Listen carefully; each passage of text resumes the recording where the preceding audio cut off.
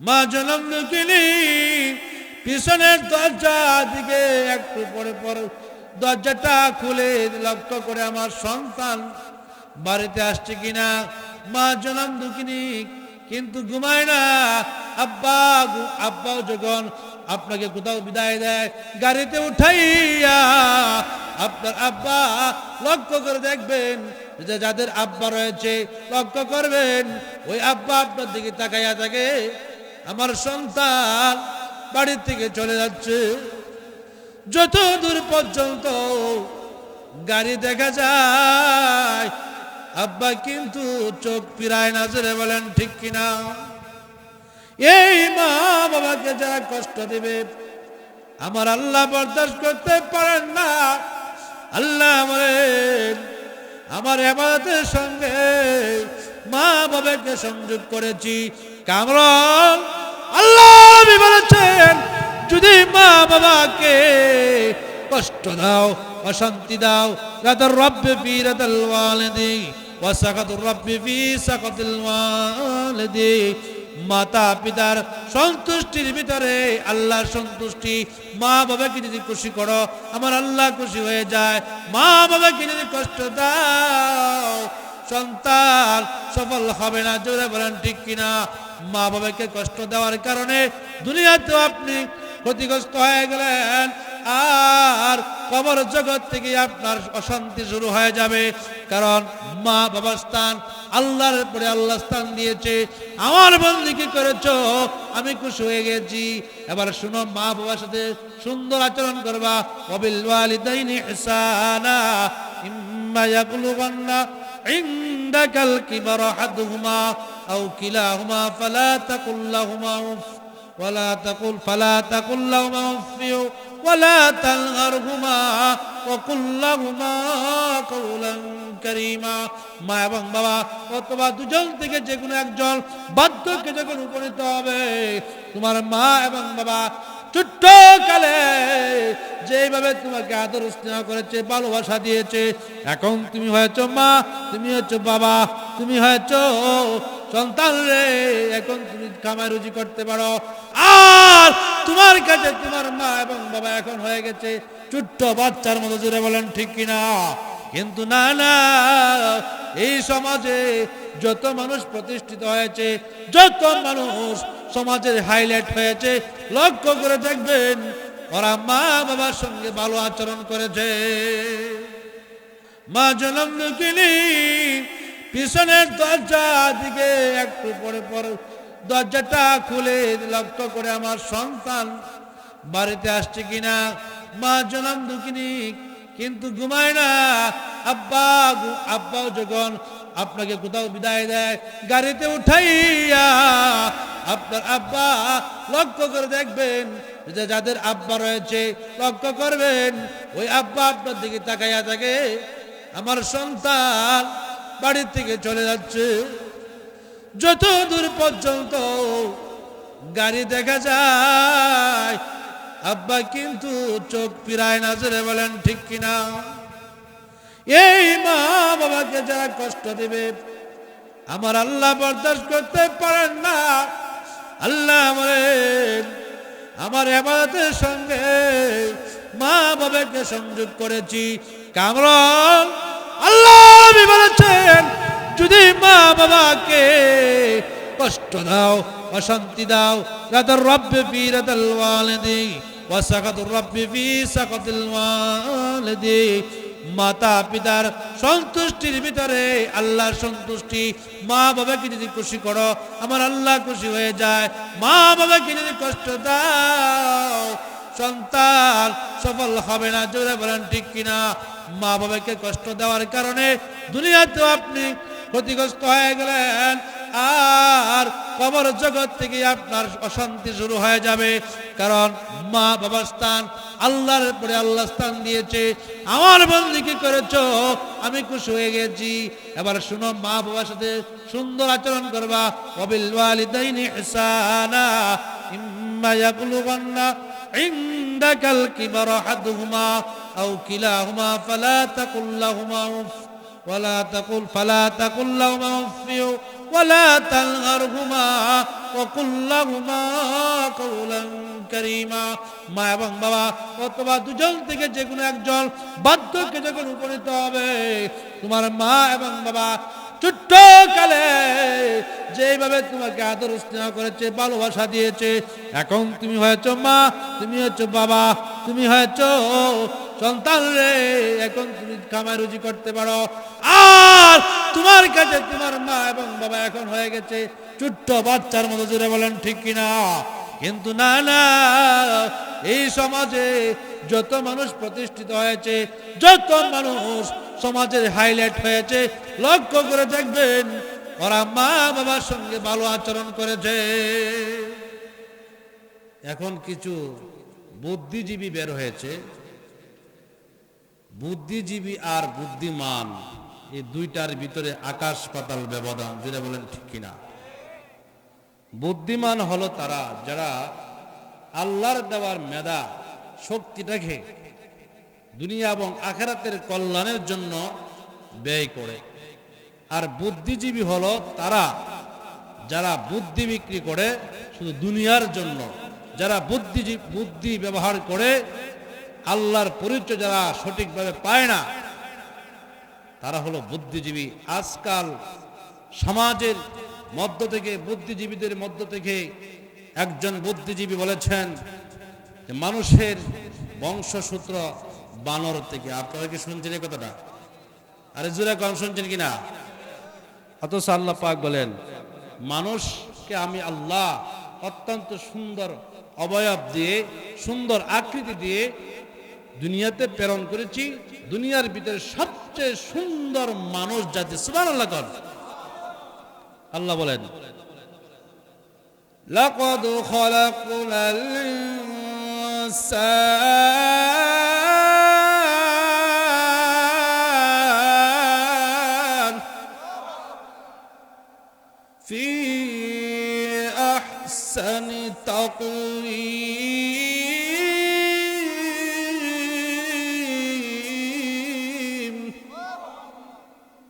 আল্লাহ বলেন আমি সবচেয়ে দুনিয়ার যত মাখলুক রয়েছে সমস্ত কিছুর চেয়ে উত্তম সুন্দর অবয়ব আকৃতি দিয়ে আমি মানব গোষ্ঠীকে সৃষ্টি করেছি। সুবহানাল্লাহ। আল্লাহ অন্য আয়াতে বলেন ওয়ালাকাদ কাররামনা বনি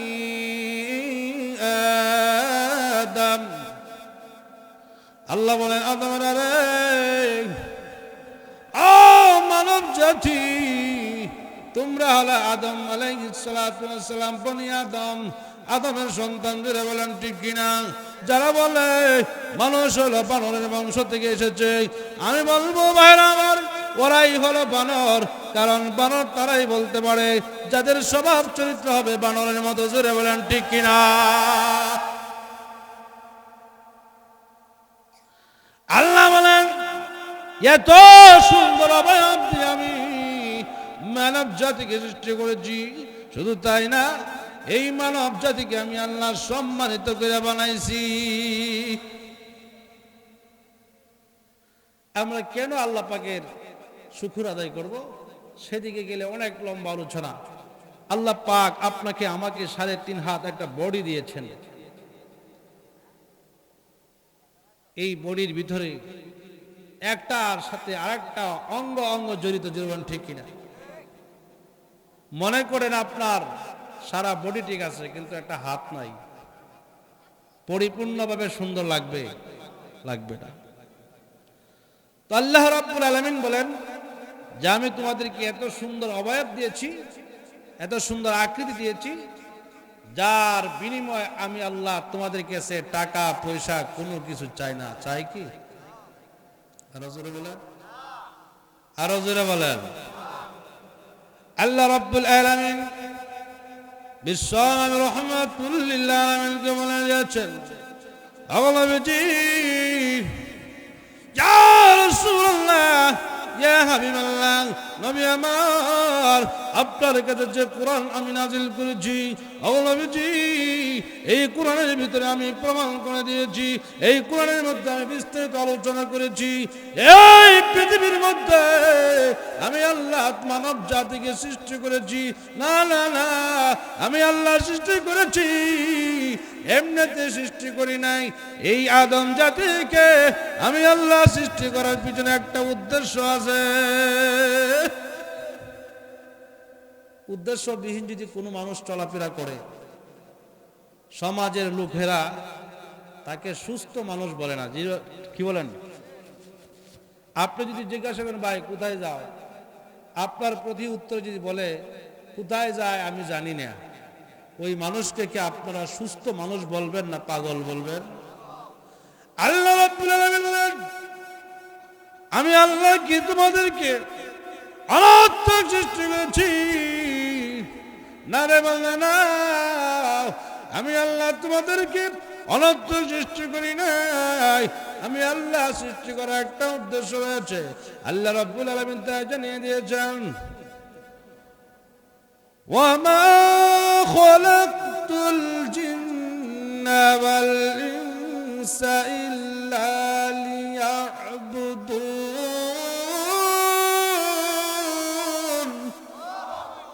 আমি জিন এবং ইনসানকে সৃষ্টি করেছি। কেন সৃষ্টি করেছি? তোমরা একমাত্র আমি মহান রব্বুল আলামিনের শুকর আদায় করবে, আর আমার শুকরিয়া আদায় করতে হলে আমার গোলামি করতে হবে। যেটা বলেন ঠিক কিনা ভাইরা আমার? আল্লাহ পাক যা দিয়েছেন, আমাদেরকে নিয়ামত যেগুলো দিয়েছেন, এর মধ্যে সবচেয়ে যদি আপনি লক্ষ্য করেন, একটা থেকে শুরু করে আপনার নিজের 3.5 হাত বডি থেকে শুরু করে যদি শুরু করেন, নিয়ামতগুলি গণনা করে শেষ করতে পারবেন না। এজন্য রব্বুল আলামিন বলেন, ওয়া ইন তাউদ্দু নি'মাতাল্লাহ তুহসুহা। গণনা শুরু করে দাও, চুল যেরকম গণনা করে শেষ করা যাবে না, আমি আল্লাহর নিয়ামত শেষ করতে পারবে না। কি শেষ করা যাবে? আল্লাহ পাক অনেক নিয়ামত দিয়েছেন, সেদিকে আলোচনা করতে গেলে অনেক লম্বা সময় প্রয়োজন। কিন্তু আমি আপনাদের সম্মুখে অত্যন্ত পরিচিত প্রসিদ্ধ একটা বিষয় আলোচনা করতে চাচ্ছি, যদি আপনারা শ্রবণ করেন। কি শ্রবণ করতে রাজি আছেন? আচ্ছা বলেন তো, এই পৃথিবীতে আমরা যে আগমন করেছি, আমরা যে আসছি, এমনিতেই আসমান থেকে পড়ে গেছি? কার মাধ্যমে আসছি? মা বাবার মাধ্যমে। সুবহানাল্লাহ। নিঃস্বার্থ যারা আছেন এই পৃথিবীতে, তার মধ্যে 1 নম্বর হলো মা এবং বাবা। যদি বলেন ঠিক কিনা? আল্লাহ পাক হুকুম করেছেন, আল্লাহর নবীকে আল্লাহ পাক জানিয়ে দিয়েছেন, ওগো বন্ধু, ওগো রহমাতুল লিল আলামিন, আপনি জানিয়ে দেন যে ওয়াকাদা রাব্বুকা আল্লা তা'বুদু। আল্লাহ পাক চূড়ান্ত ফয়সালা করেছেন, যেই ফয়সালার ভিতরে আর কারো কোনো হস্তক্ষেপ নাই। আল্লাহর চূড়ান্ত ফয়সালা হলো তোমরা একমাত্র কেবলমাত্র আমি আল্লাহর দাসত্ব করবে। যারা বলেন ঠিক কিনা? আল্লাহ অন্য আয়াতে বলেন,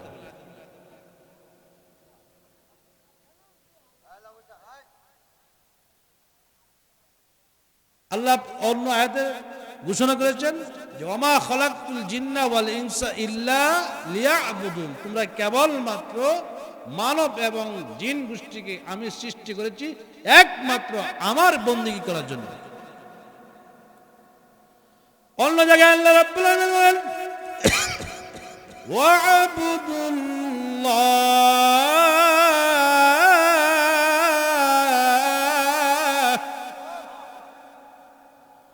ওয়া লা তুশরিকু বিহি শাইআ।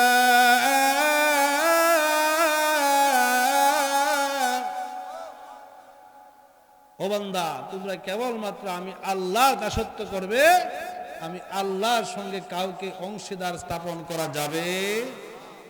এই আয়াতে আবার আল্লাহ পাক বলতেছেন ওয়াবিল ওয়ালিদাইনি ইহসানা, যেভাবে আমার দাসত্ব করবে কেবলমাত্র সাথে সাথে মাতা এবং পিতা, আম্মু এবং আব্বু, তাদের সাথে সুন্দর আখলাক আচরণ করতে হবে। জোরে বলেন ঠিক কিনা? একে অপরের যদি পাওনা লেনদেন যদি পরিষ্কার থাকে,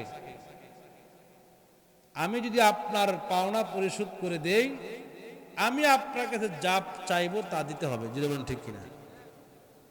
সন্তান আমার কথা মানে না, চেয়ারম্যানের কাছে বিচারে নিয়ে যায়, ও চেয়ারম্যান সাহেব, আমার সন্তান মদ পান করে, আমার সন্তান আমার কথা মানে না, এরকম বিচার দেয় কিনা? ওই ইমাম সাহেব, আমার সন্তান কেন কথা মানে না, একটু দোয়া করে দেন, এরকম কথা বলে কিনা? তো মা হওয়া বাবা হওয়া সহজ, কিন্তু মা বাবার কিছু দায়িত্ব রয়েছে, সেই দায়িত্বগুলো যদি মা এবং বাবা পালন করে, তাহলে আশা করা যাবে এই সন্তান আপনার কথা মতো চলবে। কি বলেন? পৃথিবীতে মা বাবার চেয়ে আপন কেউ নাই। সন্তান যখন মায়ের গর্ভে আসে, আসার সঙ্গে সঙ্গে মার কিছু দায়িত্ব আছে। আগে যেভাবে চলাফেরা করছে, এখন তার থেকে আরো একটু সতর্ক হয়ে চলতে হবে। আগে যা আমল করেছে তার চেয়ে আমলের গুণ আরো বাড়াইতে হবে। জোরে বলেন ঠিক কিনা? সন্তান রুহু জগৎ থেকে মা দিকে সম্বোধন করে বলে, মা গো, ও মা, আমি তোমার গর্ভে আসছি গো মা। ও মা, 5 ওয়াক্ত নামাজ আদায় করবে, মা গো, খাস ভাবে পর্দা করবে। ও মা, শুধু তাই না, মা গো, কোরআন তেলাওয়াত করবে। জোরে বলেন ঠিক কিনা? আজকাল দেখা যায় প্রত্যেকটা ঘরের ভিতরে একটাই সমস্যা, ঘরের মধ্যে কোরআন আছে কিন্তু কোরআন তাকে, এই কোরআন শুধু কেবলমাত্র রমজান মাস আসলে আগমন করলে আমার মা বোনেরা রমজানে কোরআন তেলাওয়াত শুরু করে। জোরে বলেন ঠিক কিনা? অথচ এই কোরআন যদি আপনি তেলাওয়াত করেন, বিশেষ করে যখন আপনার গর্ভে আপনার সন্তান আসবে, আর যখন কোরআন তেলাওয়াত করবেন, বলেন তো এই সন্তানের কানের গোড়ায় কি কোরআন তেলাওয়াতের আওয়াজ পৌঁছবে কিনা? কি কর? মা যখন কোরআন তেলাওয়াত করবেন, ইয়াসিন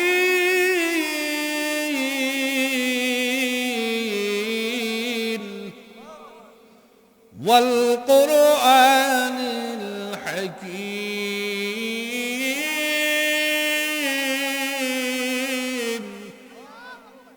এইভাবে যখন কোরআন তেলাওয়াত করবে, সন্তান মার গর্ভ থেকে কোরআনের আসর পয়দা হবে।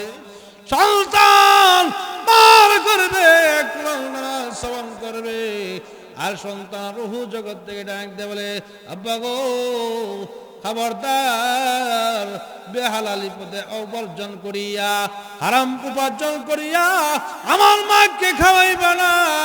কারণ জানো কি, আমার মা যে খাবার খায় আমিও সেই খাবার খাই, কিন্তু আল্লাহ রাব্বুল আলামিন মাতৃগর্ভে যখন সন্তান প্রবেশ করে, মাতৃগর্ভে যখন একজন মা সন্তান গর্ভে ধারণ করে, ওই মার নাভির সঙ্গে সন্তানের নাভির কালেকশন। ধরে বলেন ঠিক কিনা? মুখে আল্লাহ খাবার দেয় না, কারণ এই মুখটাকে আল্লাহ পাক পবিত্র রাখে। ধরে বলেন ঠিক কিনা? এটা হলো সন্তান গর্ভে আসা মাত্রই মা এবং বাবার দায়িত্ব। যেটা বলেন ঠিক কিনা? সন্তান যখন এই জমিনে আগমন করে, বলেন তো এই পৃথিবীর মধ্যে মা এবং বাবা যেরকম নিঃস্বার্থ কাজ করে, আর কেউ আছে কি? না না, একটা সন্তান মার গর্ভে আসার সঙ্গে সঙ্গে 10 মাস 10 দিন মা যে কত কষ্ট করে পৃথিবীতে কোনো মানুষ বুঝতে পারবে না, কোনো পুরুষ বুঝার ক্ষমতা নাই। এই কষ্টটা বুঝে কেবল জনম দুঃখিনী মা। সন্তান যখন গর্ভে ধারণ করে মা ডান দিকে ঘুরতে পারে না, বাম দিকে ঘুরতে পারে না, শুইতে পারে না, বসতে পারে না। জোরে বলেন ঠিক কিনা? সন্তান লাথি মেরে, সন্তান কুসা মেরে মাকে কষ্ট দেয়। আর এই সন্তান দুনিয়াতে আসার পরে কেন আপনারা বাধ্য হয়ে যান? আজান দেওয়া শেষ, আকামত দেওয়া শেষ, বাকি হইল তোমার নামাজ। জোরে বলেন ঠিক কিনা? এই জন্য ভাইয়েরা আমার, সন্তান ডান কানে আজান এবং বাম কানে একামত যখন সন্তানের কানে দেওয়া হয়, এই আজান এই জন্য দেওয়া হয় কারণ সে যখন প্রাপ্তবয়স্ক হবে অথবা ওই দিন যদি মারা যায় তাকে আর আজান দিয়ে জানাজা হয় না। জোরে বলেন ঠিক কিনা? আজান নাই, একামত নাই জানাজার বেলায়, জানাজার নামাজে আজান একামত নাই। এটা হলো সন্তান আপনার কাছে পাওনা। 2 নম্বর হলো সন্তানের জন্য একটা সুন্দর নাম রাখা। কথা কয় না? এখন আমাদের সমাজের অবস্থা এরকম, নাম শুনলে পরে বোঝা যায় তো এটা মুসলমানের নাম, কিন্তু এমন কিছু নাম রাখে যেই নামগুলা শুনলে পরে মুসলমানের বাচ্চা বলে মনে হয় না। এক লোক তার মেয়ের নাম রাখছে বেবি। নাম রাখছে কি? আরে কথা কয় না, নাম না এরকম বেবি। আচ্ছা, বেবি মানে কি? বাচ্চা। বেবি মানে কি? আচ্ছা, আল্লাহ পাক যদি হায়াতে বাসায় রাখে এটা কি আর বড় হইতো না? বড় হওয়ার পরে তার বিয়ে শাদী হবে, তার সন্তান হবে, তার মানে দিন দিন খালি পরিবর্তন হবে, সন্তানের দিকে আরো সন্তান হবে, নাতি নাত্তর হবে, আনি ঠিক না? তো এটা তো এখন ডিস্ট্রিক্ট হয়ে দেবো গা, কি হয়ে দেবো গা? তাহলে বেবি নামটা রাখলো কেমনে? বড় হইতো না? এরপরে নাম রাখে পাপ্পু। এক লোক তার সন্তানের নাম রাখছে 3 সন্তান। কয় সন্তান? পচা, বাসি, মুত্যা, 3টা নাম। তো এই লোকের ভাই থাকে বিদেশ, তখন বিদেশ থেকে কিছু লোক আসলে পরে, বন্ধু বান্ধব আসলে পরে কিছু দিয়ে দেয় না। তো আসছে এলাকায়, আসার পরে বলতেছে যে আব্দুর রহমানের বাড়ি কোনটা? তো বলে যে সামনে বাড়ি। তো আপনার ভাইয়ে কিছু হাদিয়া দিছে আপনাদের জন্য। আচ্ছা ঠিক আছে, আপনি আসছেন অনেক দূর থেকে, ওই ময়মনসিংহ থেকে আসছেন, নরসিংদী, ঠিক আছে বসেন, আপনার কিছু আপ্যায়ন করি। কোনা না খাওয়াটা লাগতো না, করে না, না খাইয়ে দেবেন কেমনে? না খাইয়ে দেবেন কেমনে? পচা বাতান, দেখো সর্বনষ্ট হয়েছে। পচা বলি বাতান, তো পচা ভাত খাইতাম।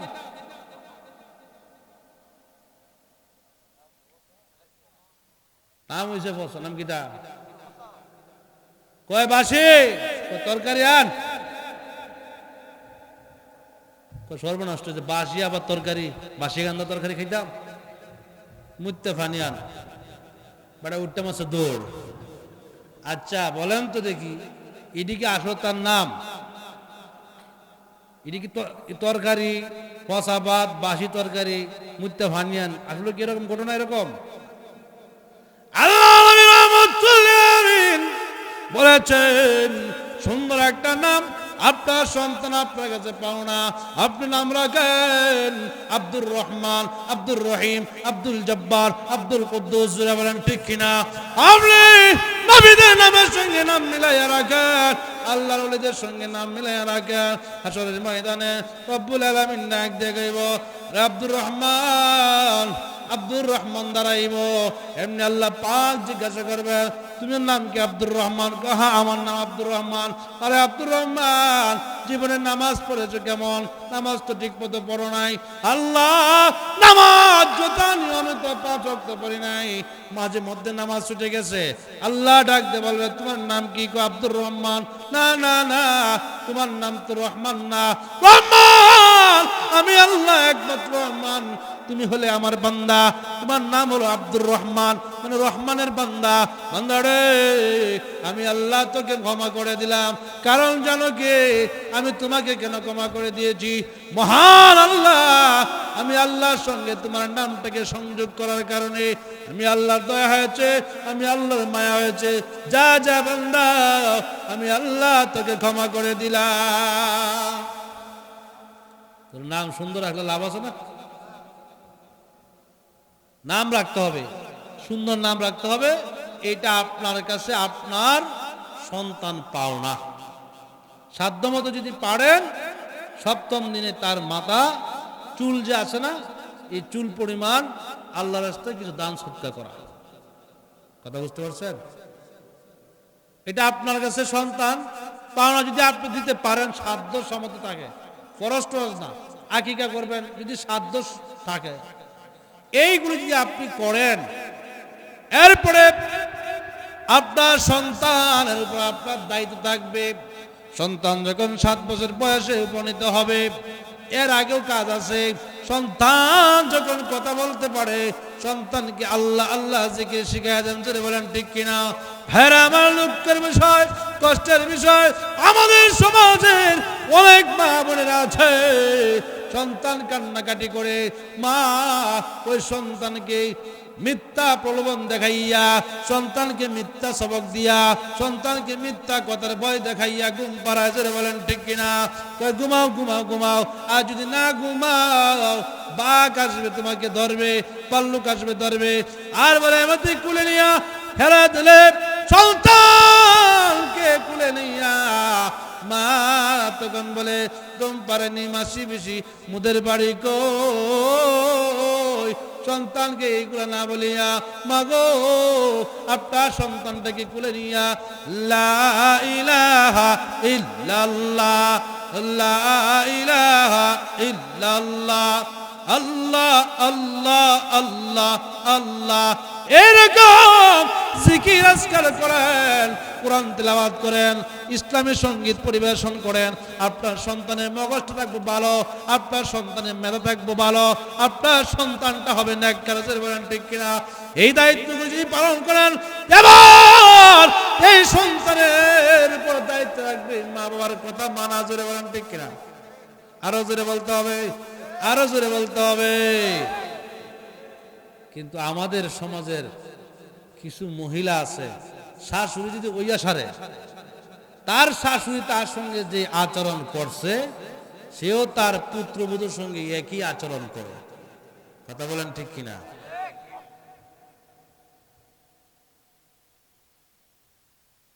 কারণ প্রতিশোধমূলক। কি মূলক?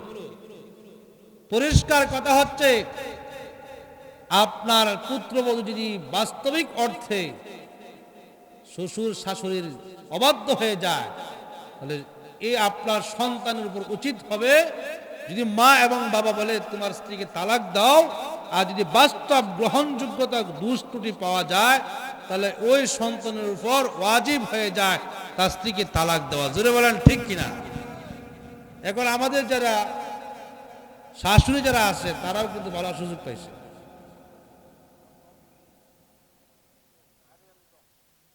কি হয়েছে? আপনারা জানেন কে কষ্ট লাগতেছে? ভাইরা আমার, লক্ষ্য করে শুনুন, সন্তান আপনার কথা মতো চলার জন্য যে দায়িত্বগুলি আপনি পালন করেছেন, আবার কিছু মহিলারা আছে যারা শাশুড়ি হইয়া সারলে পড়ে তাদের ক্ষমতা খাটায়, সন্তানের উপর সুযোগ নেয়। জোরে বলেন ঠিক কিনা? এমন একটা উদাহরণ দিব, এক মহিলা 7টা ছেলে। কয়টা ছেলে? আরো জোরে বলেন।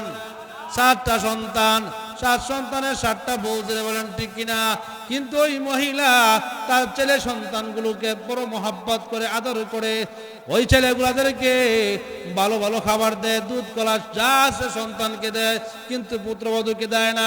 অথচ ইসলামের শিক্ষা, আমার নবীর শিক্ষা হচ্ছে, আপনার মেয়েকে যেরকম ভাবে আপনি আদর করেন, আপনার পুত্রবধূটাকে নিজের মেয়ের মতো মনে করেন, আপনার ছেলেকে যেরকম আদর করেন আপনার পুত্রবধূটাকেও সমানভাবে আদর করেন। অটোমেটিক দেখবেন এই পুত্রবধূ আপনাকে সম্মান করবে, ইজ্জত করবে। কিন্তু দেখা যায় সমাজে অনেক সময় দেখা যায় সন্তানকে ঠিকই ভালোবাসে কিন্তু পুত্রবধূর সঙ্গে ভালো আচরণ করে না, এমন সমাজে আছে কি নাই? আরো জোরে বলতে হবে। তো 7 জন মহিলা ওই 7 পুত্রবধূ তারা কন্ট্যাক্ট করলো, যুক্তি করলো, আমরা কোনো সময় ভালো খাবার খাইতে পারি না, দই খাইতে পারি না, আজকে দই খাইতে হবে। কি খাইতে হবে? দই যেভাবে হোক খাইতে হবে। তো 7 জন যুক্তি করলো, যুক্তি করে মাটি দিয়া ব্যাংক বানাইছে। কি বানাইছে? কথা বুঝেন? ব্যাংক বানাইয়া ওই মাটির যে ব্যাংক আছে না, দইয়ের ফাতিলের মধ্যে রাইখা দিচ্ছে। কিসের মধ্যে? দইয়ের ফাতিলে যখন রাইখা দিল, শাশুড়ি গেছে গিয়া দেখেছেন দইয়ের পাতিলার মধ্যে ব্যাংক। উনি আর যাচাই করে নাই এটা কি মাটির ব্যাংক না বাস্তব ব্যাংক, ফালাইয়া দিছে, হাত দিয়ে উঠাইয়া ফেলে দিয়েছে। এবার আইসা কয়, বৌমারা গো তোমরা কোথায় আসো? এই কলিমুদ্দিন সলিমুদ্দিন রহিমুদ্দিন তো প্রতিদিন খাস, দই খাস, দুধ খাস, কত কিছু খাস, আমার পুত্রবধূদের কি মন চায় না? মোহাব্বত একবারে মারাত্মক। বলেন তো পুত্রবধূ যারা আছে তারা বুঝতে পারতেছে কিনা যে আসলে আদর ভালোবাসা না বাস্তব ঘটনাটা কি? ব্যঙ্গের বাস্তব ঘটনা কি? এবার এই 7 পুত্রবধূ একত্রিত হইয়া এক জায়গায় একত্রিত হইয়া কবিতা বানাইছে। উক্তির মাঝে যুক্তি, দইয়ের মাঝে ব্যাং, আজকে দুনু সাহাবানি বেশি বেশি দেন। উক্তির মাঝে যুক্তি, দইয়ের মাঝে ব্যাং, আজকে দুনু সাহেবানি বেশি বেশি দেন। আহারে ব্যাপারটা কি? ও মা কোনদিন তো দই দাও না, আজকে কেন দই দাও? দই খাওয়ার জন্য যে বুদ্ধি করেছি বুদ্ধি কাজে লাগছে কিনা? আরো জোরে বলেন। আর যদি বাস্তবিক অর্থে আপনার ছেলের বউকে যদি আপনার মেয়ের মতো সম্মান করে আদর করেন ভালোবাসেন, ওই মেয়েটাও আপনার জন্য জীবন দিতে প্রস্তুত হয়ে যাবে। জোরে বলেন ঠিক কিনা? এবার শুনবেন, আমার সন্তানের জন্য মা বাবা যদি দায়িত্বগুলি পালন করে, এবার সন্তানের বয়স যখন 10 বছর পূর্ণ হবে, সন্তানকে নামাজের জন্য হুকুম করতে, 7 বছর বয়সে নামাজের হুকুম করতে হবে, 10 বছর বয়সে প্রয়োজন বোধে বেত্রাঘাত করতে হবে। কিন্তু দেখা যায় বাবাও নামাজ পড়ে না, মাও নামাজ পড়ে না, সন্তানকেও নামাজ পড়ার জন্য বলে না। ঠিক কিনা? আপনি যদি দায়িত্বগুলি পালন করেন, মহান আল্লাহ আপনার সন্তানকে মানুষের মতো মানুষ বানায়া দেবে। এবার আমার যদি কোনো সন্তান মা বাবার নাফরমান হয়ে যায়, মা বাবার অবাধ্য হয়ে যায়, এই সন্তান অবস্থা করুণ অবস্থা হয়ে যাবে। শুনবেন কি ঘটনাগুলো? শুনতে চান? আরাজুল বলেন। আল্লাহ নবী রাহমাতুল লিল আলামিন সরকারে দু জাহান নবীর হাদিস থেকে বলতেছি, আল্লাহর নবীর এক সাহাবী যার নাম ছিল হযরত আলকামা রাদিয়াল্লাহু তাআলা আনহু। সেই আলকামা রাদিয়াল্লাহু তাআলা আনহু মুমূর্ষ অবস্থায় সাহাবায়ে কেরাম বললেন, ইয়া রাসূলুল্লাহ, ইয়া হাবিবাল্লাহ, ওগো নবীজি আপনার সাহাবী আলকামা মৃত্যুর সঙ্গে পাঞ্জা লড়ছে। ওগো নবীজি আমরা চেষ্টা করতেছি, আলকামার জবান দিয়ে কালিমা বাইর হয় না, তালকিন দেওয়া হচ্ছে, কালিমা তালকিন দেওয়া হয়, কিন্তু আলকামার জবান দিয়ে বের হয় না। আল্লাহ নবী রাহমাতুল লিল আলামিন পেরেশান হয়ে গেল, ব্যাপার কি? আমার একজন সাহাবী হওয়া সত্ত্বেও তার জবান দিয়ে কেন কালিমা বাইর হয় না? ইয়া রাসূলুল্লাহ, ইয়া হাবিবাল্লাহ, আপনার সাহাবী আলকামা কে বড় চেষ্টা করা হচ্ছে কিন্তু কাজ হচ্ছে না। নবী আমার ডাক দিয়ে বলেন, সামরা রে, দেখো তো আলকামার মা অথবা বাবা জীবিত আছে কিনা। সাহাবারা কামার দিল, ইয়া রাসূলুল্লাহ, ইয়া হাবিবাল্লাহ, ওগো নবীজি, আলকামার একজন বৃদ্ধা মা আছে। আমার নবী রাহমাতুল লিল আলামিন বলেন, সাহাবারা যাও আলকামার মাকে বলো আমি রাহমাতুল লিল আলামিনকে তাকে ডাকতেছি। যাও সাহাবায়ে কেরাম গিয়ে ডাক দেওয়ালে, আলকামার মা গো, বিশ্বনবী রাহমাতুল লিল আলামিন আপনাকে খবর দিয়েছে যাওয়ার জন্য। মহিলা আবার ডাক দিয়ে বলে, আমার জীবন কোরবানি করে দিব, রাহমাতুল লিল আলামিন আমাকে স্মরণ করেছে। এবার মহিলা গিয়ে আল্লাহর নবীর সঙ্গে সামনে দেখা করলেন, বলে আসসালাতু ওয়াসসালামু আলাইকা ইয়া রাসূলুল্লাহ, ইয়া হাবিবাল্লাহ, ওগো নবীজি, আমি আলকামার মা, আমাকে কেন আপনি ডাকলেন? আলকামার মা তুমি? আমি আলকামার মা। আবার আল্লাহ নবী বলেন, আরে আলকামার মা আলাইহিস সালাতু ওয়াস সালামকে খানা দিলেন, নিজেও খাইলেন। মুসা আলাইহিস সালাতু ওয়াস সালাম প্রশ্ন করলেন, ওরে যুবক, আমার তো জানতে বড় ইচ্ছে হয় এই বৃদ্ধাকে, এই ঝুলির ভিতরে এই বৃদ্ধাকে। এবার যুবক ডাক দেয়া বলেন, আল্লাহর পয়গম্বর, তিনি আর কেউ না, আমার জনম দুঃখিনী মা। হে যুবক, তোমার মা লক্ষ্য করে দেখেছি, তার ঠোঁট দিয়ে কেন কি যেন বলতেছিল। এবার ডাক দিয়ে কষায় ডাক দিয়ে বলেন, আল্লাহর পয়গম্বর, আমার মা দোয়া করতেন, আল্লাহ আমার সন্তানকে দুনিয়াতে তুমি ইজ্জত সম্মান বাড়ায় দিও আর জান্নাতের মেহমান বানাইও। শুধু তাই না, জান্নাতের মেহমান তো হবে, তবে আল্লাহ তোমার পয়গম্বর মুসা আলাইহিস সালাতু ওয়াস সালামের সঙ্গে জান্নাতের মেহমান বানায়া দিও, মুসা পয়গম্বরের বন্ধু হিসেবে কবুল করিও।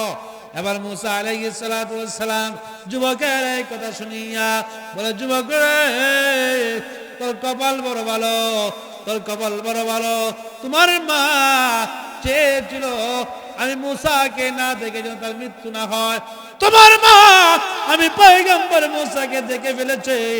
শুধু তাই না, আমি আল্লাহর কাছে জিজ্ঞাসা করলাম, প্রভু গো, জান্নাতে আমার কে সাথী হবে, জান্নাতে আমার কে বন্ধু হবে, জান্নাতে আমার কে বন্ধু হবে? আল্লাহ জানিয়ে দিয়েছিলেন অমুক শহরে একজন গোশত বিক্রেতা কসাই আমার বন্ধু হবে। আর আজকে বুঝে গেলাম তুমি আমার জান্নাতের মেহমান হবে। যুবক রে, তুই বড়, তোর বড় কপাল বড় ভালো, কারণ তুমি তোমার মার খেদমত করার কারণে আল্লাহ রাজি আর খুশি হইয়া আমি মুসার সঙ্গে তোমাকে জান্নাতে দিবে। আমার ভাইয়েরা আমার, যদি কোনো সন্তান মা বাবার নাফরমান হয়ে যায়, দুনিয়াতে বেইজ্জত হইতে হয়। শুধু তাই না, ওই সন্তানের চেহারা নূর আল্লাহ পাক উঠায় নেয়। শুধু তাই না, সমাজে কোথাও সন্তানের ইজ্জত থাকে না, সম্মান থাকে না, চেহারা নূর উঠে যায়। আর এই সন্তান যখন দুনিয়া থেকে বিদায় হবে, মা এবং বাবাকে যদি অসন্তুষ্ট করিয়া দুনিয়া থেকে বিদায় হয়, আপনারা বলেন তো মা বাবার স্থান আল্লাহ পাক কোথায় রেখেছেন? আল্লাহ বলে দিয়েছেন, ওয়াকাযা রাব্বুকা আল্লা তা'বুদু ইল্লা ইয়াহু ওয়া বিল ওয়ালিদাইনি ইহসানা। বান্দারে, আমি মহান মুনিব, আমি আল্লাহর দাসত্ব করার সাথে সাথে আর তোমার যে কাজটুকু হবে সেই কাজ হলো, আমি যেরকম ভাবে নিঃস্বার্থ ভাবে কাজ করি, আমি যেভাবে নিঃস্বার্থ ভাবে আমার বান্দাকে বানাইলাম, টাকা পয়সা লাগে নাই, কিচ্ছু লাগে নাই। ওরে সন্তান, তোমাদের মা এবং বাবাও ওরাও নিঃস্বার্থ সারা জীবন তোমার জন্য সব কিছু করে, বলেন ঠিক কিনা? আপনার স্ত্রী রাত্রে যখন গভীর হয়, স্ত্রী আপনার ঘুমায় যায়, কিন্তু মা জনম দুঃখিনী কিন্তু ঘুমায় না। মা জনম দুঃখিনী পিছনের দরজা দিকে একটু পরে পরে দরজাটা খুলে লক্ষ্য করে আমার সন্তান বাড়িতে আসছে কিনা। মা জনম দুঃখিনী কিন্তু ঘুমায় না। আব্বাও যখন আপনাকে কোথাও বিদায় দেয় গাড়িতে উঠাইয়া, আপনার আব্বা লক্ষ্য করে দেখবেন যে যাদের আব্বা রয়েছে, লক্ষ্য করবেন ওই আব্বা আপনার দিকে তাকাইয়া থাকে, আমার সন্তান বাড়ি থেকে চলে যাচ্ছে। যত দূর পর্যন্ত গাড়ি দেখা যায়, আব্বা কিন্তু চোখ ফিরায় না। জোরে বলেন ঠিক কিনা? এই মা বাবাকে যারা কষ্ট দেবে, আমার আল্লাহ বরদাস্ত করতে পারেন না। আল্লাহ বলেন, আমার ইবাদতের সঙ্গে মা বাবাকে সংযোগ করেছি। কামরন আল্লাহ বলেছেন, যদি মা বাবাকে কষ্ট দাও, অশান্তি দাও, রাদার রব্বি ফি রাদাল ওয়ালিদি ওয়া সাকাতুর রব্বি ফি সাকাতিল ওয়ালিদি, মাতা পিতার সন্তুষ্টির ভিতরে আল্লাহর সন্তুষ্টি। মা বাবাকে যদি খুশি করো, আমার আল্লাহ খুশি হয়ে যায়। মা বাবাকে যদি কষ্ট দাও, সন্তান সফল হবে না। জোরে বলেন ঠিক কিনা?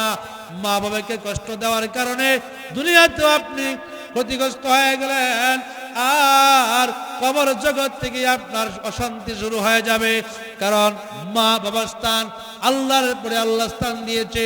আমার বন্দি কি করেছো, আমি খুশি হয়ে গেছি। এবার শুনো, মা বাবার সাথে সুন্দর আচরণ করবা। ওয়াবিল ওয়ালিদাইনি ইহসানা ইম্মা ইয়াবলুগান্না ইনদাকাল কিবারা আহাদুহুমা আও কিলাহুমা ফালা তাকুল লাহুমা উফ فلا تقل لهما اف ولا تنهرهما وقل لهما قولا كريما। মা এবং বাবা অথবা দুজন থেকে যে কোনো একজন বাধ্যকে যখন উপনীত হবে, তোমার মা এবং বাবা ছোট্ট কালে যেভাবে তোমাকে আদর স্নেহ করেছে, ভালোবাসা দিয়েছে, এখন তুমি হয়েছো মা, তুমি হয়েছো বাবা, তুমি হয়েছো সন্তান রে। এখন তুমি কামাই রুজি করতে পারো, আর তোমার কাছে তোমার মা এবং বাবা এখন হয়ে গেছে ছোট্ট বাচ্চার মতো। জোরে বলেন ঠিক কিনা? কিন্তু না না, এই সমাজে যত মানুষ প্রতিষ্ঠিত হয়েছে, যত মানুষ সমাজের হাইলাইট হয়েছে, লক্ষ্য করে দেখবেন ওরা মা বাবার সঙ্গে ভালো আচরণ করেছে। কারণ মা বাবার দোয়া আল্লাহর কাছে যখন হাত উঠাইয়া মুনাজাত করে, পৃথিবীর এমন কোন ইতিহাসে কেউ বলতে পারবে না কোন আলেমের দোয়া কবুল হবে, কোন পীর সাহেবের দোয়া কবুল হবে, কেউ বলতে পারে না। আল্লাহ নবী বলেছেন, তিনজন ব্যক্তির দোয়া কোন পর্দা নাই, পর্দাবিহীন আল্লাহ কবুল করে নেয়। এক নম্বর হলো মজলুমের দোয়া, দুই নম্বর হলো মা বাবার দোয়া।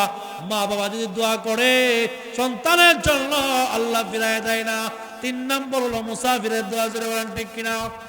ভাইরা আমার, মা বাবার নাফরমান যারা হবে, ওলি হওয়ার পরেও দুনিয়াতে বেইজ্জত হয়ে চাইতে হবে। এরকম একটা ঘটনা, বনি ইসরাইলের একজন দরবেশ ছিল। দরবেশ বুঝেন? আমাদের সমাজের দরবেশ হচ্ছে দরবেশ। কি বেশে বেশে দরবেশ, গাঞ্জাও খায়, নামাজও পড়ে না, এরে সবাই পীর বাবা কইয়া খুব ভক্তি করে। আছে না নাই? জোরে বলতে হবে, আছে না নাই? সারা বছর মসজিদ চিনে না, সারা জীবনেও একদিন রোজা রাখে না, এ নাকি পীর সাহেব। তো একজন দরবেশ ছিলেন জুরাইদ রাহমাতুল্লাহ আলাইহি, বড় নেককার একজন আবেদ ছিলেন, একজন বড় দরবেশ ছিলেন, যারা খানকার ভিতরে সব সময় ইবাদতে মশগুল থাকতেন। সেই জুরাইদ, একদিনের ঘটনা, জুরাইদ নামাজে ছিলেন। জুরাইদ রাহমাতুল্লাহ আলাইহির মা জননী জুরাইদের খানকায় গিয়ে হাজির হইলেন। ইয়া ডাকতে বলেন, ওরে জুরাইদ, আমি তোমার মা, দরজাটা খুলো। জুরাইদ রাহমাতুল্লাহ আলাইহি তখন নামাজে, এবার জুরাইদ রাহমাতুল্লাহ আলাইহি চিন্তা করলেন, আমি এখন নামাজে আল্লাহর সঙ্গে কথা বলি, কার সঙ্গে কথা কয় না, কার সঙ্গে? কারণ আল্লাহর সঙ্গে কেমনে কথা হয়? বান্দা যখন নামাজে দাঁড়াইয়া সূরাতুল ফাতিহা শুরু করে দেয়, আলহামদুলিল্লাহি রাব্বিল আলামিন, আল্লাহ রাব্বুল আলামিন তখন বলেন মানিল্লাহ, তোমার আল্লাহকে, আল্লাহর পরিচয় দাও। বান্দা যখন রব্বিল আলামিন বলে, রব্বিল আলামিন আমার আল্লাহ হলেন তিনি, যিনি তামাম জাহানের পাল্লাওয়ালা, আসমানের পাল্লাওয়ালা, জমিনের পাল্লাওয়ালা। আল্লাহ পাক তখন আনন্দের সহিত গর্ব করে বলে, বান্দা রে আমার প্রশংসা তুমি করো। ফেরেশতারা শুন, হামিদানি আবদি, আমার বান্দা আমার প্রশংসা করে। কার প্রশংসা করা? আরো জোরে বলেন। কেউ কারো প্রশংসা করলে খুশি হয় না, বেজার হয়? আমি যদি আপনার প্রশংসা করি, আপনি খুশি না নারাজ? খুশি, কারণ প্রশংসা করলে খুশি হয়, দোষ ধরলে রাগ করে। জোরে বলেন ঠিক কিনা? জুরাইদ রাহমাতুল্লাহ আলাইহি চিন্তা করলেন, আমি তো নামাজে কি করে আমি আমার মার ডাকে জবাব দিব? জুরাইদ রাহমাতুল্লাহ আলাইহি মা চলে গেলেন। পরের দিন আবার আসলেন, একই অবস্থা। বললেন, জুরাইদ কোথায় আছো?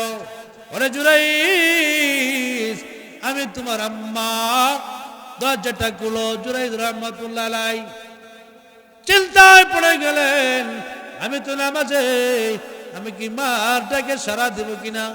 জুরাইদ রাহমাতুল্লাহ আলাইহি মার ডাকে সাড়া না দিয়া নামাজে পড়তেছিলেন। তৃতীয় নম্বর দিনে আবার আসলেন, আসার পরে বললেন, জুরাইদ দরজা খুলো। হে জুরাইদ, আমি তোমার মা, দরজাটা খুলো। জুরাইদ রাহমাতুল্লাহ আলাইহি দরজা খুললেন না। আবার জুরাইদ রাহমাতুল্লাহ আলাইহির মা কষ্ট পেয়েছেন। কি বলেন, কষ্ট হয়েছে কিনা? জুরাইদ রাহমাতুল্লাহ আলাইহির মা ডাক দিয়া বলে, প্রভু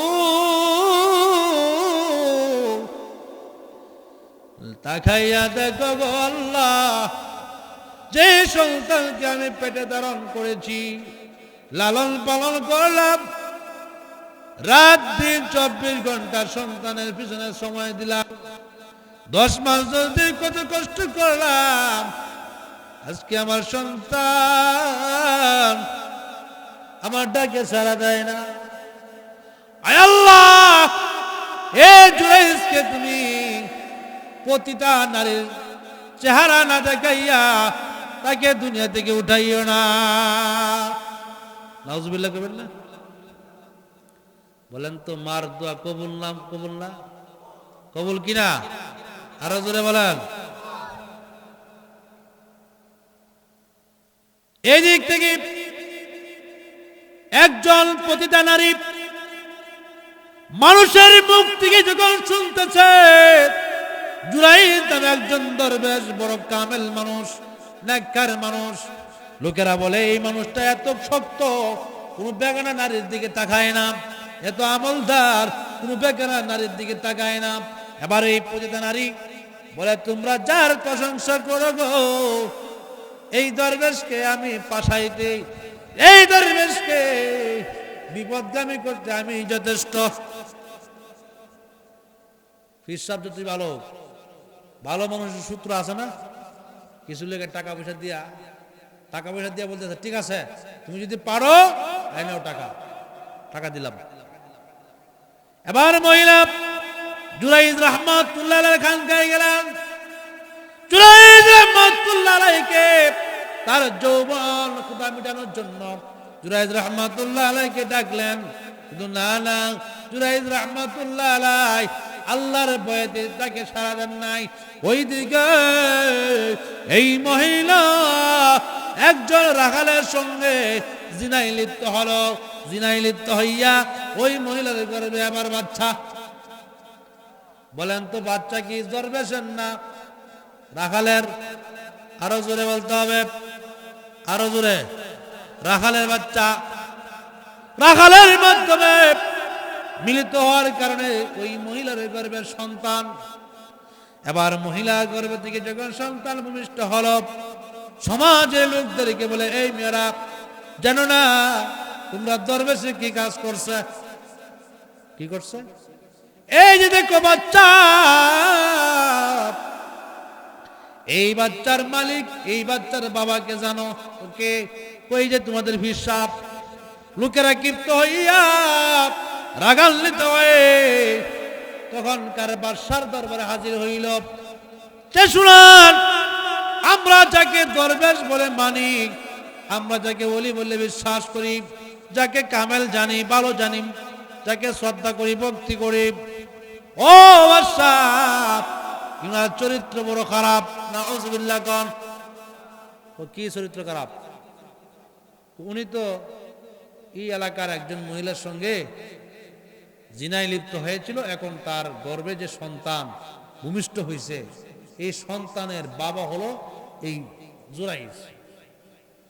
বাদশাহ কয় সর্বনাশ, যাতে যাকে এত শ্রদ্ধা করি, এত ভক্তি করি, সম্মান করি, ইজ্জত করি, মোহাব্বত করি, এই হুজুরে এই কাজটা করলো। এলাকার লোকদেরকে বলেন, যাও ওনাকে আমার দরবারে হাজির কর। জুরাইজ রাহমাতুল্লাহ আলাইহি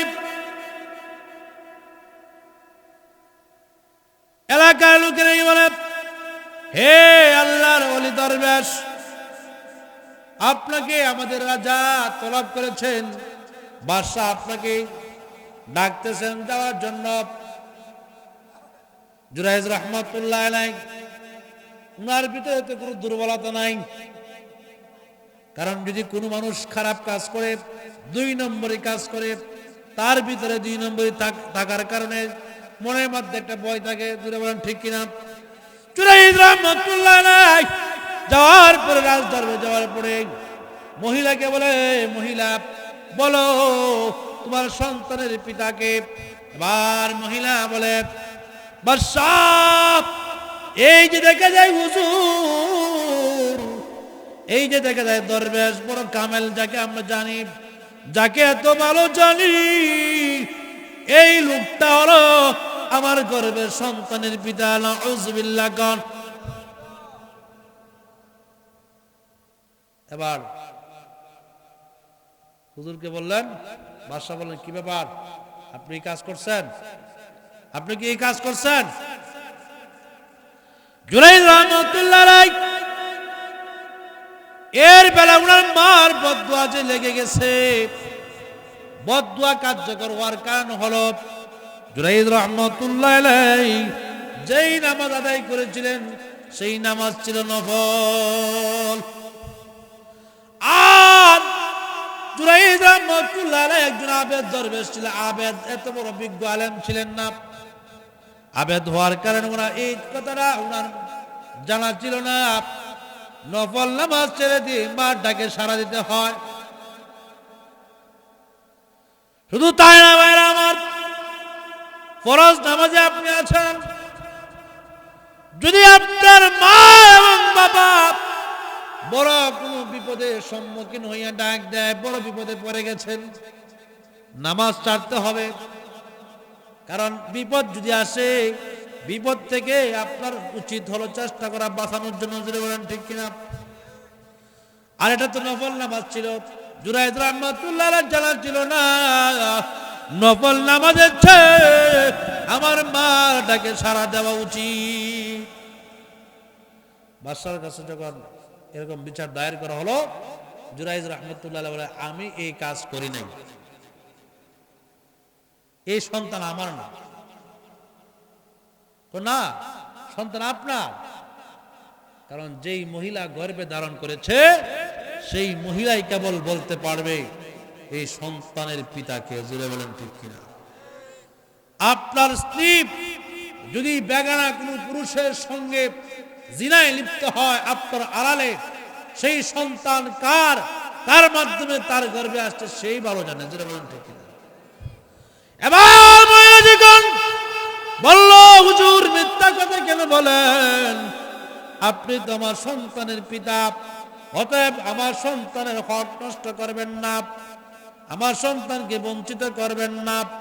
জুরাইদ রহমাতুল্লাহ আলাইহি এর খানকা, জুরাইদ রহমাতুল্লাহ আলাইহি যে ইবাদতখানা করত, যে ইবাদতখানা ছিল, যে খানকা ছিল, এলাকার ভক্ত যারা ছিল তারা উল্টা হয়ে গেছে, পীর সাহেবের উল্টা।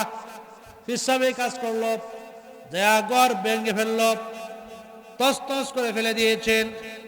এবার জুরাইদ রহমাতুল্লাহ আলাইহি আল্লাহ রাব্বুল আলামিন কুদরত দেখাইছেন এই জমিনে। সন্তান ভূমিষ্ঠ হওয়ার পরে যেই সমস্ত বাচ্চারা কথা বলতে পারে না, যে শিশুগুলো কথা বলেছেন, এবার জুরাইদ রহমাতুল্লাহ আলাইহি এই বাচ্চার পেটের মধ্যে এরকম কুসা মেরে বলে, ওরে বাচ্চা, ওরে নাবালিগ শিশু বাচ্চা, মাসুম বাচ্চা, তুমি বলো তোমার পিতার পরিচয়, তুমি বলো, তুমি যারা আমার কেউ সাক্ষী নাই, কারণ জমিনে একমাত্র তুমি জানো তুমি কার মাধ্যমে দুনিয়াতে আগমন করেছো, আর আমি যে কাজ করি নাই একমাত্র জানে আমার আল্লাহ। তবু আমি মিথ্যা অপবাদ, আমার অপবাদ নিতে হচ্ছে একমাত্র আমার মাটাকে সাড়া না দেওয়ার কারণে।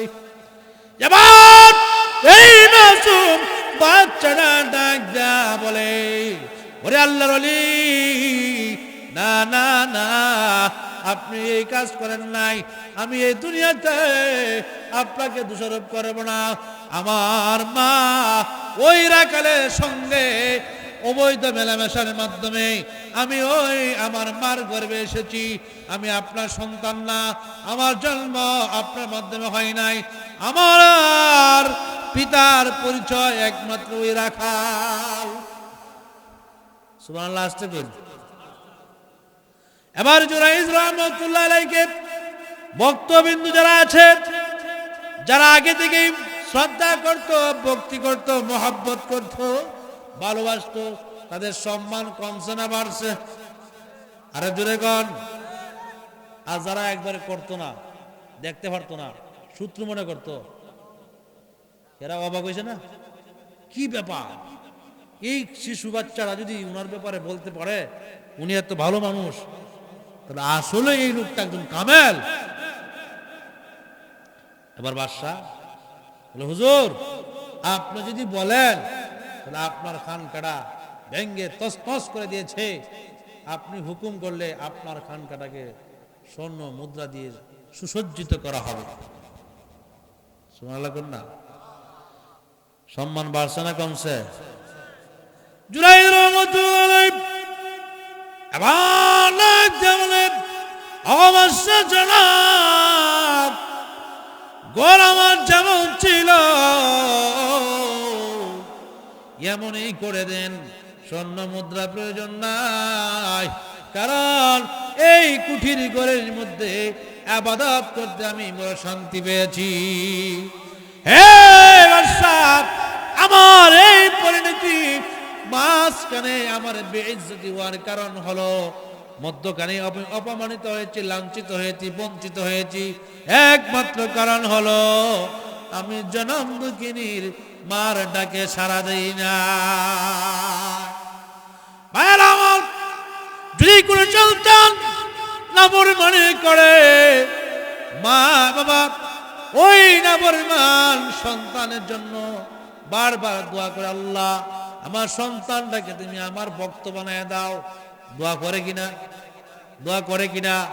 অতিষ্ঠ হওয়ার পরে, একবারে অতিরঞ্জিত কষ্ট পাওয়ার পরে, সবচেয়ে বেশি কষ্ট পাওয়ার পরে মা বদদুয়া দেয়, এর আগে দেয় না। এরপরে বদদুয়া দেওয়ার পরে বলে, আল্লাহ মাবুদ গো, আমার মুখ থেকে বদদুয়া বের হয়েছে, আমি কিন্তু অন্তর থেকে দেই না। এরপর কান্নাকাটি করে, আল্লাহ অন্তর থেকে কিন্তু আমি বদদুয়া দিছি না, আল্লাহ গো তুমি, আমি বদদুয়া ফিরাই আনিছি, আমার সন্তানটা তুমি আযাবে গজবে গ্রেফতার করো না। এবার যে সন্তান মা বাবার পরমাবর্তন হবে, উচ্চ ধরনের বিপদ থেকে, একবারে 100% বড় বিপদ থেকে আল্লাহ হেফাজত করেন। বলবো কি ঘটনাটা? হাদিসের মধ্যে একটা ঘটনা আসছে। 3 জন যুবক, কয়জন? এই জুড়ে বলেন কয়জন? 3 যুবক কোথাও বের হলেন সফরে যাইতেছিলেন। হঠাৎ করে লক্ষ্য করে দেখে আকাশ মেঘাচ্ছন্ন, ঝড় তুফান শুরু হয়ে গেছে। আশপাশে কোথাও বাড়ি নাই, ঘর নাই। জোরে বলেন, আশপাশে কোথাও বাড়ি নাই, ঘর নাই, ঝড় তুফান।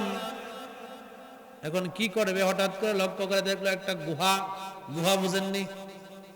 এই 3 যুবক গুহার ভিতরে আশ্রয় নিলেন। গুহার ভিতরে আশ্রয় নেওয়ার সঙ্গে সঙ্গে আল্লাহর কি কুদরত, আল্লাহর পরীক্ষা বড় কত কঠিন। আল্লাহর পরীক্ষার সঙ্গে কেউ পারবে না। এই গুহার উপরে যে মুখ ছিল, সেই মুখের ভিতরে একটা পাথর গুহার উপরে বসে গেল। বসার কারণে গুহা বন্ধ হয়ে গেছে। আপনারা বলেন তো, একটা গ্লাসের ভিতরে পানি রাখার পরে ডাকনা দিয়ে আমরা ডাকি কিনা? আচ্ছা বলেন তো, এই পানিটা আপনার হাতের স্পর্শ না হইলে, ছোঁয়া না লাগলে পানিটা কি লড়াচড়া করবে? করবে না, পড়বেও না। এবার 3 জন যুবক লক্ষ্য করে দেখে এই পাথরটা একবার চাপ দিয়ে ফেলেছে। এবার 3টা যুবকের কান্না শুরু হয়ে গেছে। আরে, আশ্রয় নিয়েছিলাম গুহায়, এখন তো আরো বড় বিপদ। জোরে কোন বিপদ কিনা? যেই দিকে চাই নিজেকে বাঁচানোর, সেই দিকেই বিপদ। এবার 3 জন যুবক একজন দেখো, এই মিয়া, এই যে বিপদে পড়লাম, এই বিপদ থেকে শক্তির মাধ্যমে এই এত বড় পাথরকে এখান থেকে হস্তান্তর করা যাবে না। কি করতে হবে? আচ্ছা বলো, এই যে আমরা 3 জন এইরকম লোক আছি, 3 জনের ভিতরে কার কেমন ভালো আমল আছে? যদি কোনো ভালো আমল থাকে, এই ভালো আমলের কে উসিলা করে মুনাজাত করি, আল্লাহর কাছে কান্নাকাটি করি, হয়তো আল্লাহ পাক ইচ্ছা করলে এর উসিলায় ক্ষমা করে দিবেন। সুবহানাল্লাহ। প্রথম এক যুবক ডাকতে বলে, ভাইরে, আমি কোনো ভালো আমল করি নাই, তবে আমার জানা মতে স্মরণ হয়ে গেছে একটা ভালো কাজ করেছিলাম। আর ওই ভালো কাজটা কেবলমাত্র মহান রব্বুল আলামিন আল্লাহ সুবহানাহু ওয়া তাআলাকে রাজি আর খুশি করার জন্য করেছিলাম। তো সেই ভালো কাজটা কি?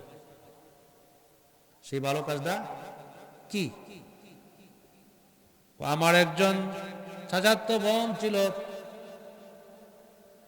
পরমা সুন্দরী, রূপসী, চোখ ফেরানো যায় না।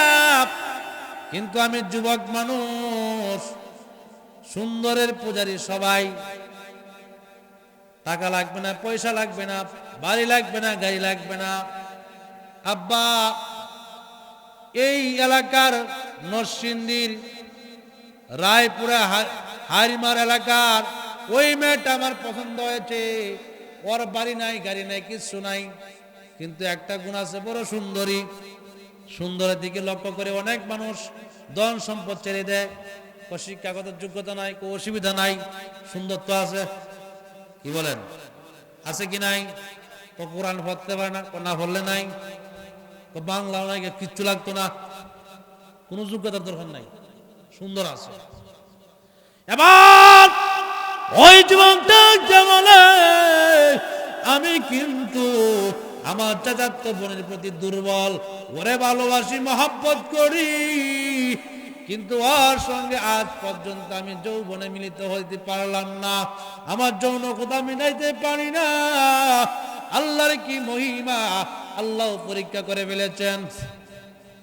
এই তার চাচাতো বোনটা এক সময় দুর্ভিক্ষে দেখা দিয়েছে, অভাব। কি বলেন? অভাব। অনেক সময় অভাবের মানুষের চরিত্র নষ্ট হয়ে যায়।